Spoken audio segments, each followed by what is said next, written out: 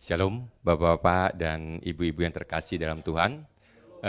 Suatu kehormatan dan sukacita bagi saya untuk menyaksikan kasih dan kuasa Tuhan melalui mujizat nyata yang kami hadapi dalam hidup ini. Saya berasal dari keluarga non-Kristen dan baru mengenal Tuhan saat saya kuliah di ITB. Dan pada usia 20-an saya dibaptis oleh Caleb Tong, kakak dari Stephen Tong. Ada yang dari GRII di sini?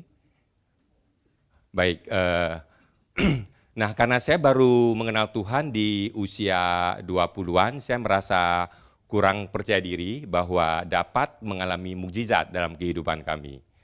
Setelah berkeluarga kurang lebih 3 tahun, kami belum memiliki anak dan setelah dicek memang ada permasalahan baik di saya ataupun di istri saya. Nah, istri saya mengalami endometriosis, Dr. Heri mungkin tahu, sel telur tidak bisa turun, terlalu kecil, tidak bisa pecah, technically tidak akan bisa punya anak. Dan kami pun melakukan pengobatan secara intensif, mulai dari dokter, Sinse, Romo, dan seterusnya. Setelah setahun, bukan anak yang kami dapatkan, malah sakit penyakit. Ginjal saya jebol, di urin itu ada darah dan protein. Tekanan darah tinggi sekali dan ke dokter umum ditolak, karena takut Pak, ditolak, nggak berani terima dia, ditolak. Dan badan saya bengkak, dalam 1 minggu berat badan itu naik 6 kilo. Saya ke kantor harus bawa dirigen air untuk menampung urin 24 jam untuk diperiksa.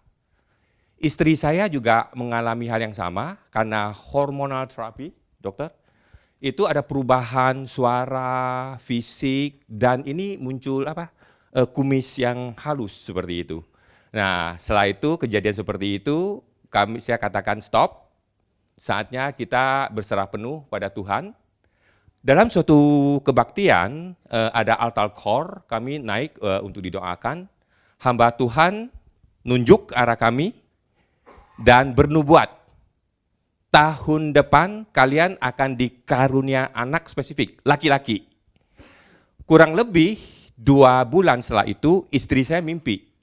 Tuhan sudah mengaruniakan anak lewat kehamilan. Sebelum istri saya sempat cerita ke saya masuk di kamar mandi, waktu itu masih kerja di Booz Allen Hamilton, Pak Vincent, lagi stres-stresnya. Tapi saya mengangkat puji-pujian dengan air mata yang bercucuran. Lagunya, ada ratusan lagu, lagunya adalah Pelangi Kasih. Mungkin Bapak masih ingat, Tuhanku tidak akan memberi ular berbisa pada yang minta roti. Nah, saya rasa ini adalah jawaban atas doa yang kami doakan. Nah, setelah saya keluar dari kamar mandi, istri saya sampaikan bahwa dia mimpi Tuhan sudah mengkaruniakan anak. Nah, sebagai seorang konsultan, kalau cuma 1 data, kami tidak bisa percaya, Pak. Karena ini 2 data datang dari 2 orang yang berbeda pada waktu yang tepat. Ada ratusan lagu. Kenapa lagu itu yang dipilih? Yang merupakan jawaban atas doa kami. Ada ribuan jam dari waktu kami dinubuatkan oleh hamba Tuhan, sampai itu kurang lebih kan 2 bulanan, kurang lebih ribuan jam. Kenapa kok malam sebelumnya? Akhirnya dicek positif, dan setelah itu lahirlah anak pertama, tepat seperti nubuatan, laki-laki.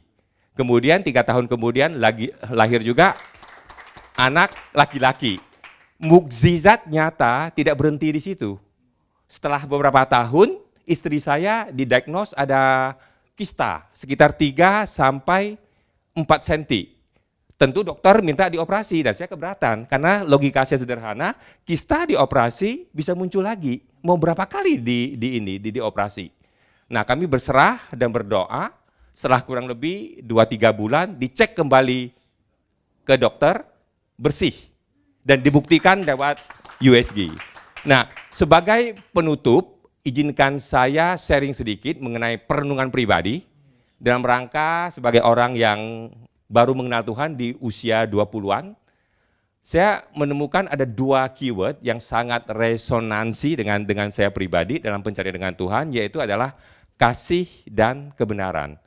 Karena ada tertulis di dalam Alkitab, Allah adalah kasih, Kristus adalah kebenaran. Nah, dua keyword ini itu sangat meresonansi ke diri saya.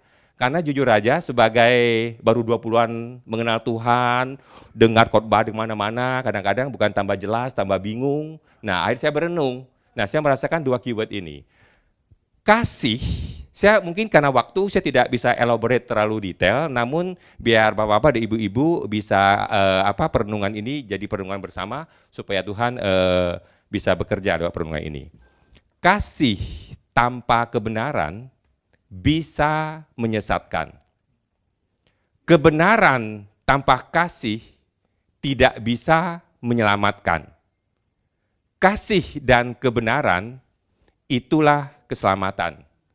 Semoga kita semua, Bapak-Bapak dan Ibu, sungguh-sungguh hidup dalam kasih dan kebenaran Tuhan, agar semua kita diselamatkan dan dapat mengalami mukjizat nyata dalam kehidupan ini. Haleluya, amin, Tuhan berkati kita semua.